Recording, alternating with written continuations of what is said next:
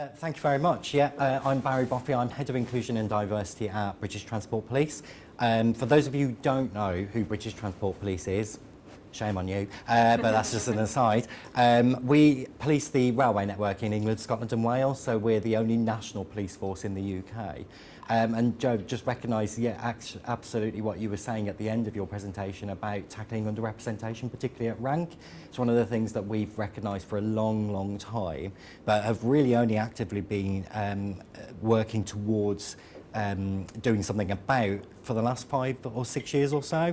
And I think you'll probably find when you speak to most public sector organisations, particularly policing, there was always that reticence within the first few years after the publication of the Equality Act not to go anywhere near positive action. There's no case law, and it's much like any new legislation. Everyone's a bit, well, who's going to use it first? Who's going to test that out and see, where the parameters actually are? And for those of you who know the particularly Section 158 and 159 of the Equality Act around positive action, it's quite woolly, I think, to say the least. It doesn't define necessarily what an organisation might want it to define, which makes it very difficult for us to apply that in practice. So I'm just going to talk to you a little bit about where we've come using positive action and where some of those kind of stumbling blocks have been really for positive action as well. Much in that line of we are a very unusual police service in that we are competing with all of our Home Office police forces, but we have a very, very different structure and infrastructure as well. So,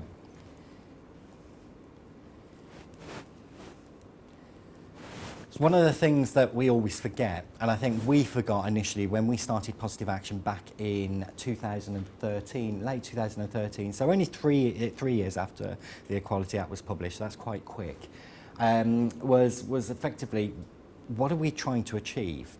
Did we really understand what we were trying to achieve back at that point in 2013? And I think the honest answer is no, we didn't. We had a lot of pressure from our senior officers and chief officers saying, change things, you need to make a change. Our organisation is not representative of the communities that we serve, which is part of the Pelian principles, the Pelian principles of policing. We must be representative, we police by consent. And so we had that pressure from chief officers to say, you need to do something about this. But it was very knee-jerk, and it didn't really look at exactly where the issues might be. So we didn't put any time, and back in 2013, into looking at what our force looked like, the history of how that force representation had changed, and what the demographics were, kind of 10 years ago, 20 years ago, and where we had applied what was then it's gone out of my head.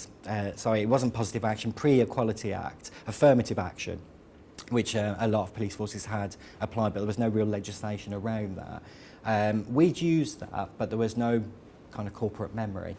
Most people in the organisation, particularly within recruitment, within our HR teams and myself, actually weren't there at BTP at that time. Did we have any records? Of course we didn't. So we couldn't rely on really looking at where we'd gone wrong previously. So that was the question that I now ask everyone who comes to me, particularly our senior officers, saying, you need to change things, our demographics aren't right, we're not representative. So I will always ask them, what exactly are you hoping to achieve? Because preparation is key. Did we get it wrong in 2013 and 14? Yes, we did. Did we knee-jerk reaction? Absolutely, we did. Did we really understand where our underrepresentation was? And obviously positive action, for those of you who don't know, is about tackling systemic underrepresentation that you actually cannot, no matter what you try to do, actually address. So we wrote a strategy, really straightforward. As a public sector organisation, we have to have a strategy anyway. It's part of our statutory requirements of the Act, our specific duties. But we wanted to make it very clear that as part of our activity, that inclusion was the key. Not diversity, inclusion. The path to inclusion is diversity and equality, but actually the end goal is always going to be inclusion. And one of the mistakes that I mentioned earlier was that our initial equality and diversity strategy when I took the role on back in 2013, which I inherited, so I will kind of say that it wasn't mine, I didn't write it, had lots of targets in it, police forces, they love a target. They will always aim for a target. You give them a target to achieve and they will achieve that target. Will it address the issues inherent in the organisation, the cultural issues? No, it won't. Will it address any of the inclusion issues? No, it won't. But actually, we've achieved that target, so we've ticked that box and we can move on. So some really perverse behaviour it was actually creating. And one of those statements within that old strategy was what everyone refers to as 15 in 5. I will always challenge back anyone who comes to me, even senior officers, when they say, well, we've got the 15 in 5 strategy, and I say, what's that mean? Can you tell me what that means? Invariably, the answer is no, I can't. Because it was something that had been written that wasn't necessarily relevant, wasn't necessarily going to achieve what we needed to achieve, but it was all around achieving these kind of targets, target-driven stats. So we removed all of those targets. We don't have any targets in our new strategy at all. We just want an inclusive organisation that is representative of our communities, can be interpreted in any way that we choose. And as a national police force in England, Scotland and Wales, representation is really difficult to pin down for us. We can look at census data for England and Wales, but actually that's not relevant in Pontypridd, for example. It's not relevant in Leicester, it's not relevant in Birmingham. It just gives a big overall that we were working towards back in 2013, but didn't help us achieve that underrepresentation regionally. So we need to be very careful about that.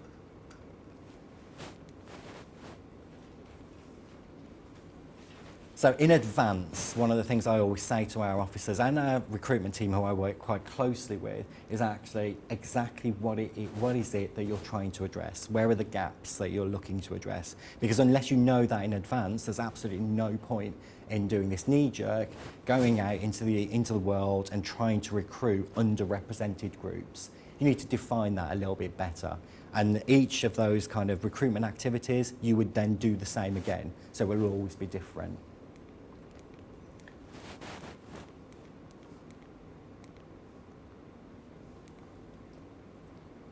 Some really obvious things here, and this is one of the things that, again, I use it as my own personal checklist when I'm working with our recruitment team about show me your evidence, where's the underrepresentation, and what area are you actually looking to recruit in, what role, is it police staff, is it police officer, is it PCSO, special constables, what part of the country particularly are we looking at? So getting that evidence first, being very specific about those target groups that you're trying to engage with. And then taking that legal advice, which is really key for those of you who've used positive action. Just out of interest, for the public sector organisations in the room, has anyone actively used positive action? Yeah. So it's really important that, particularly if you're taking what we describe as lawfully audacious approach to positive action, because it's so woolly, we will want to keep pushing that boundary as far as we can. We will always take legal advice every single time. So we will define what it is we're hoping to do, those activities, and then we will give that to our force solicitors and say, tell us if we're doing something wrong. More often than not, they will always be quite hesitant and say, begin to take a breath and say, well, you're pushing it a little bit here, but there's no objections from us. That's good enough for me. Because part of positive action is about actually learning from those mistakes and creating that case law. We can't move on and use positive action in the future if we don't have case law to refer back to. There's been a lot actually relatively recently in the last 12 months with police forces being caught out in their use of positive action. So it helps us to be able to prepare for our next activity. Not setting targets, make sure everyone understands what you're doing. This one is really key, and I was chatting to someone just before I started actually about initially we'd completely forgotten to tell the organisation that we work for what we were doing and why. So our majority within the organisation, within BTP at the moment, is around 80% white males. It's policing, that's pretty standard for most police forces, but actually in BTP, 80% white males.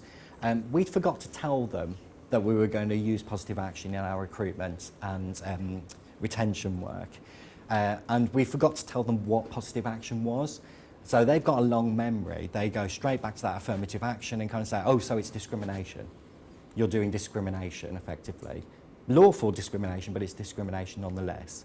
We'd forgot to actually explain it to them and explain it to them in a way that they understood it. Not kind of, here's the legislation, please read it, because actually I've read the legislation, it's very dry and it's very woolly, as I've already said. It doesn't really explain in as much detail as we would like, particularly to your average police officer who feels that something's being taken away from them. You're discriminating against me, you're taking away those opportunities that I have at the moment in order to progress through the organisation. We forgot to do that. So slap on the wrist for us, and we learned our lesson. And then talk about it actively. So we needed the sign up from our chief officer group, so our chief constable and all of his colleagues on the top table, as we like to call it.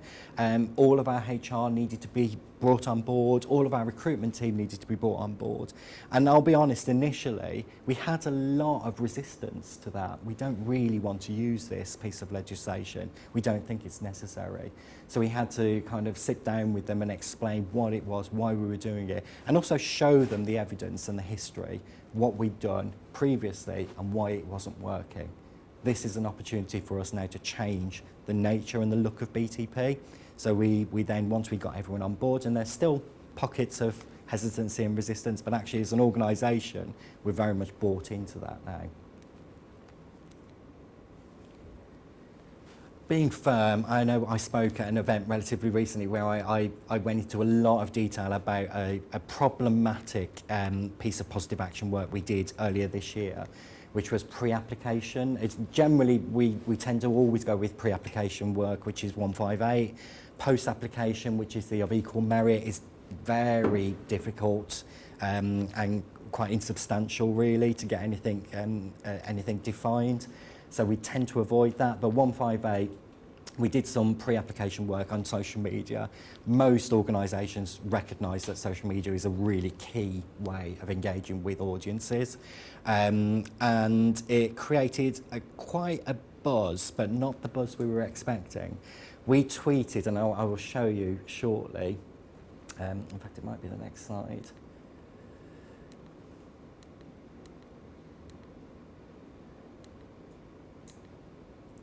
I'll show you in a second, it's after this slide.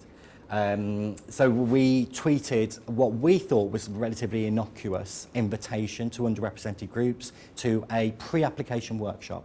So this wasn't a, we are recruiting, please send your applications in. This was a, are you interested in becoming a police officer? Come to our workshop and we'll talk to you about some of the barriers, you know, what we're expecting as a pre-app kind of piece of positive action work. We had 2,500 responses to that tweet. Around 2,300 of those were incredibly negative and most were quite offensive, effectively talking about you're discriminating. This is completely unacceptable, you're discriminating. We did have to keep going back and pointing out, actually, we're not, this isn't our recruitment window, this isn't a pre-application workshop for underrepresented groups, perfectly lawful within section 158, but there's only, with 280 characters, there's only so much that you can put, but we signposted people to information, we wrote quick reference guides, cheat sheets, you know, really kind of easy read versions for people, didn't make any difference, and then Tommy Robertson got hold of it, and it exploded in our face.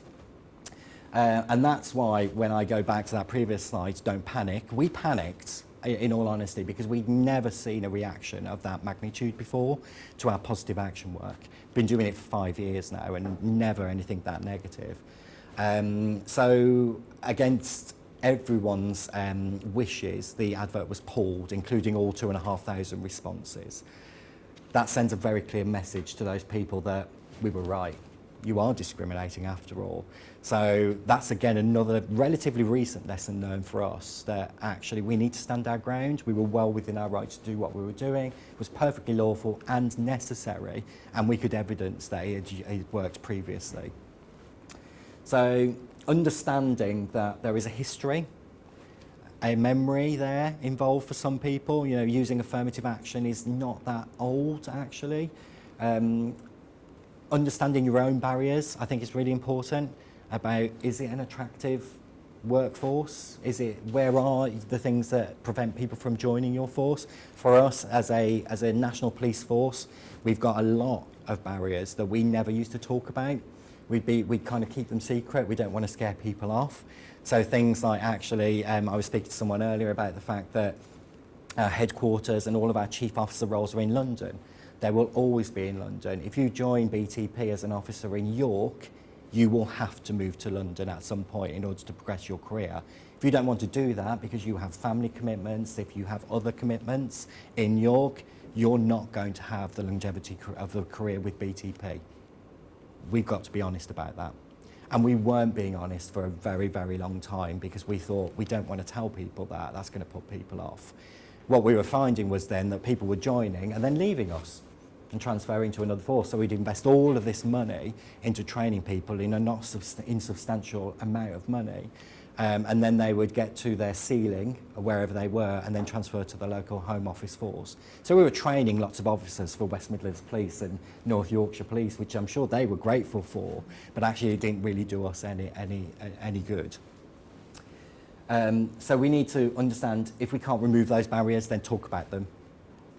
They are barriers that we cannot remove. We're not going to suddenly create a chief officer role in York. It's not going to happen. So. Understands those limited. Obviously, we're experiential in the way that we recruit people. You start at the bottom and you work your way up to the top. There's no way in at the middle or at the top, effectively, unless you've already got that experience. Be honest about that. That we can't change either. And talk about those other really obvious things like it is full-time, it will be shift work. It's amazing how many officers I know, even relatively recently, over the last 12 months, have joined us, gone through their kind of 10 weeks of training, and then says, oh, I can't work shifts, can't do nights. Hang on a minute, where have we gone wrong in the recruitment process? Because at this point, it's probably 6 to 8 months of a recruitment process where that hasn't been made clear to them, that actually, as a police officer, you would be expected to work shifts. We can accommodate to a certain extent, but actually the natural position is it's shift work. It is physically demanding and dangerous. We work on the railway network. You will be dealing with, on average, a fatality every single week. That's our main work, unfortunately, at BTP. If you were to join a rural police force, Staffordshire is a great example, you might never, in your 30-year police career, ever come across a dead body. But we need to have those conversations with recruits before they get here, before they actually start applying. That's what you will be dealing with. There are some officers that in a week they've seen 3. That's not healthy, but we need to be honest with them. We've obviously got things in place to support them, but we need to be honest and tell people that's the reality of our workplace.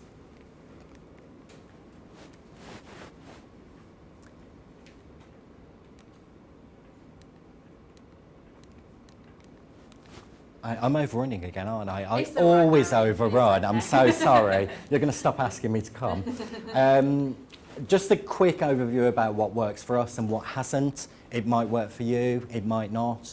That advertising consistently, showing visual diversity, really obvious things I know that everyone will be doing nowadays.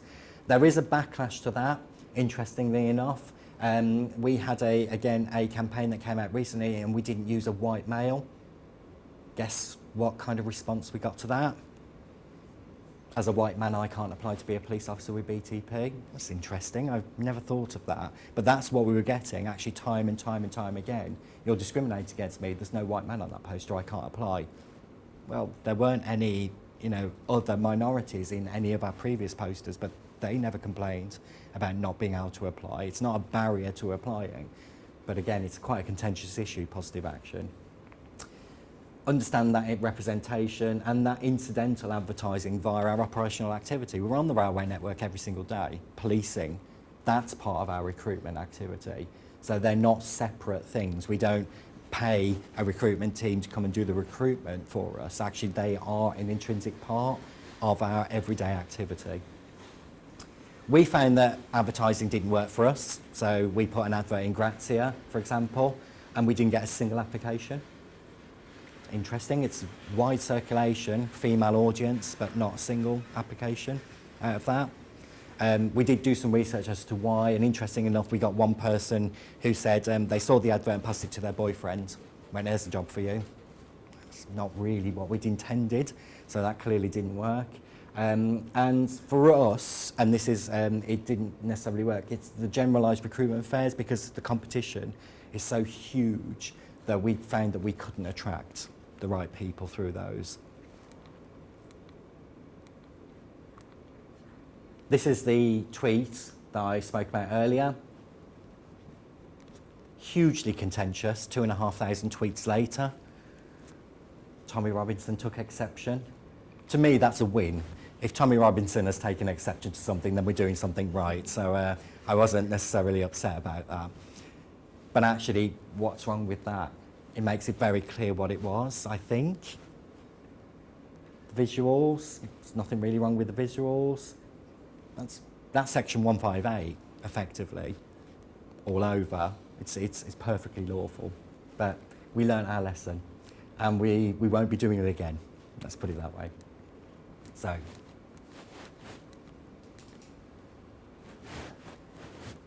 to summarise, you'll be glad to hear, Natasha.